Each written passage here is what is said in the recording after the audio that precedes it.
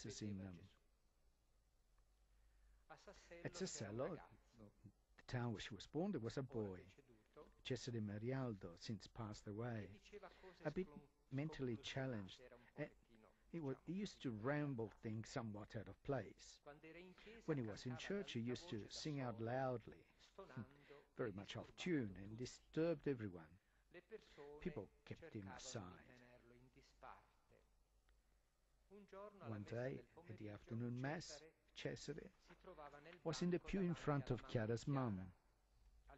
All of a sudden, he turned around and asked her to sit next to him, but the mother didn't move. When she returned home, the mother told this episode to her daughter. Chiara became serious and asked, "You didn't move?" Jesus was in Cesare.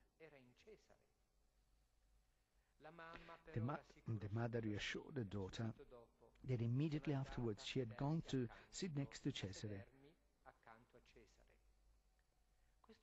This boy, when learnt of Chiara's death, went to pay his respects, took off his hat, kissed their feet, and recited the rosary all by himself. At only 11 years of age, she proposed to love all whom I find unpleasant. Whenever she invited someone for lunch, she would tell her mum to put out the best tablecloth, because today Jesus is coming to visit us. In town there was a certain Mrs. Maria, an imaginated woman who didn't enjoy any remarks and never went to church. Upon meeting her often on the road, Chiara helped her to carry heavy objects, and she called her Mrs. Maria. When Maria learned of Chiara's death, she wanted to go to the church. She dressed herself up, participated in the mass, and gave 50,000 lire as an offering, which was a lot for those times. One day a friend asked Chiara, "When you are at the bar with your friends, do you ever speak about Jesus? Do you try to tell them something about God?" "No, I don't speak about God." "But how come? You miss all these chances?" Chiara answered, "It doesn't matter so much to speak about God. I must live it. I must give it." With her acts of charity, Chiara showed and gave God. With her acts of love, our Blessed also filled a suitcase for her holy journey. She lived out her love for Jesus daily, in thousands of episodes of charity, not proposals thrown to the wind, but concrete facts. She gave her savings 1,300,000 lire she received for her birthday to Gianfranco Piccardo, a volunteer who was leaving in order to dig up 30 water holes in Benin. And she said, "I no longer need them. I have everything."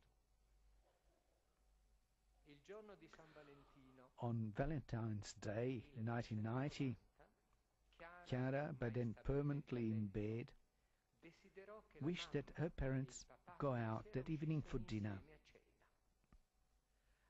Her mother found the excuse that there was no time to book the restaurant. Chiara took the telephone directory and after a few attempts managed to reserve dinner in Albisola Marina's restaurant. Before they went out, she gave them this advice: "Look at each other in the eyes and don't come back home before midnight." A few minutes before, she had told her mother, "Mum, remember that before me there was Dad." Chiara was training her parents to remain alone without her. All those who visited her believed that they were bringing her affection and consolation, but in reality they were the ones being comforted and encouraged. During her illness, she gave Jesus, not by giving sermons, just like I'm doing myself, but by spreading joy and hope of eternal life. Her apostolate was to harmonically unite this valley of tears with the heavenly Jerusalem. A nurse said that when a visitor would arrive, she would ask the person to wait outside until the end of the visit. When they warned her that afterwards she would be very tired, Chiara answered, "It doesn't matter. Outside there is Jesus who is waiting." The encounter with Chiara, a witness said, gave one the sensation of meeting God.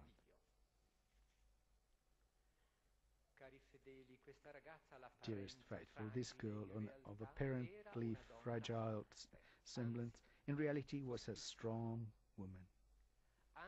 Also on her deathbed she gave her last gift, her cornea, which were still transplantable because they were not damaged by the illness.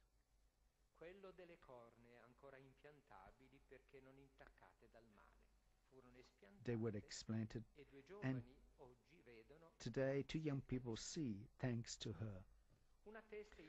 A witness, Ivana Pianta, remembers that Chiara, when she was 13 years of age, met with the Gen 3 of the Liguria region, and because of her coherence of life, she was often criticized by her friends and even by some priests.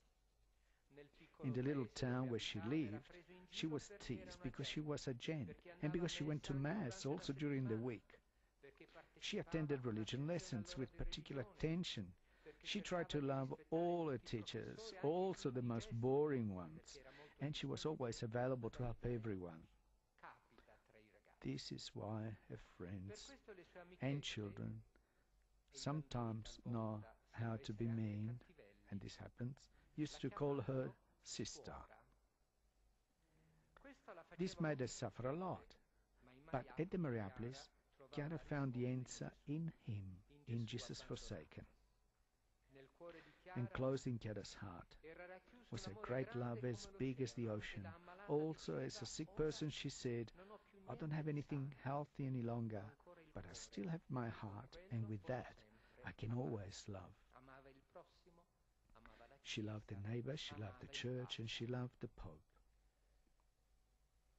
One day, her mother went to her high school to speak with a teacher who, as soon as she saw her, exclaimed, "In her life, your daughter will become a judge or a lawyer." At home, her mother asked explanations from her about this. Chiara then informed her that a teacher, a non-believer, tried in every way to place the Pope in an unfavorable light, criticizing him for his many trips. I stood up and I said to him, "I don't agree with all that you have said." And I added that the Pope traveled only to evangelize the world.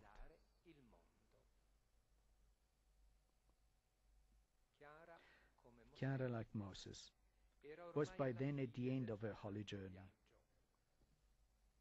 She had reached the peak of the holy mountain and was face to face with God, the Trinity. Light and joy radiated from her, handing over to a neighbor the tablets of the commandments, like 10 divine words of love, and Jesus' beatitudes to orientate earthly life towards the Son of God. Unnatural, exceptional, incredible. These are the adjectives used by the doctors in order to describe the serenity and strength of Chiara while facing a fatal illness.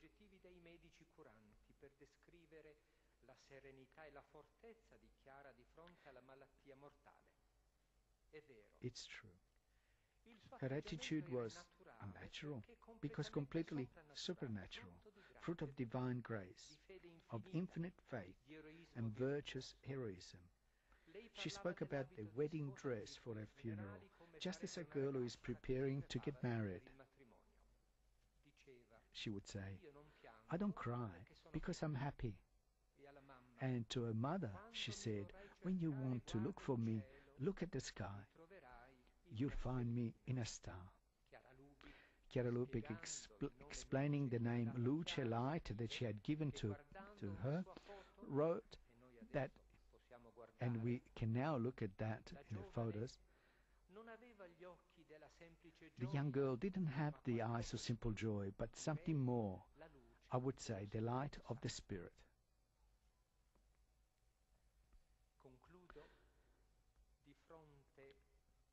To conclude, looking at this young girl, the Church thanks God, the Trinity, for a life of charity and goodness.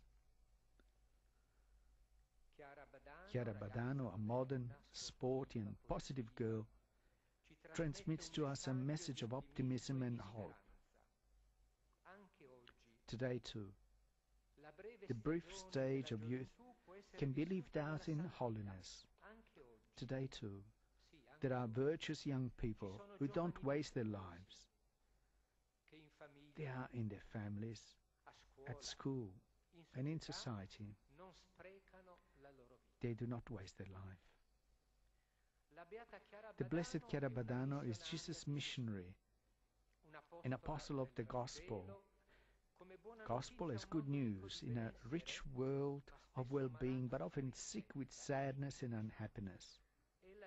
She invites us to find the freshness and enthusiasm of faith once again.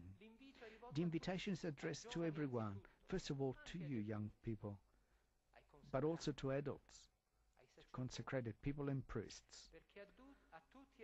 Sufficient grace is given to everyone in order to become saints.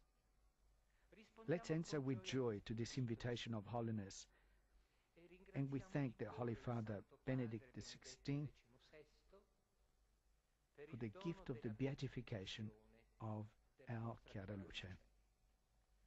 This is a concrete sign of the trust and esteem that the Pope has for the young people, in which he sees the young and holy countenance of the Church.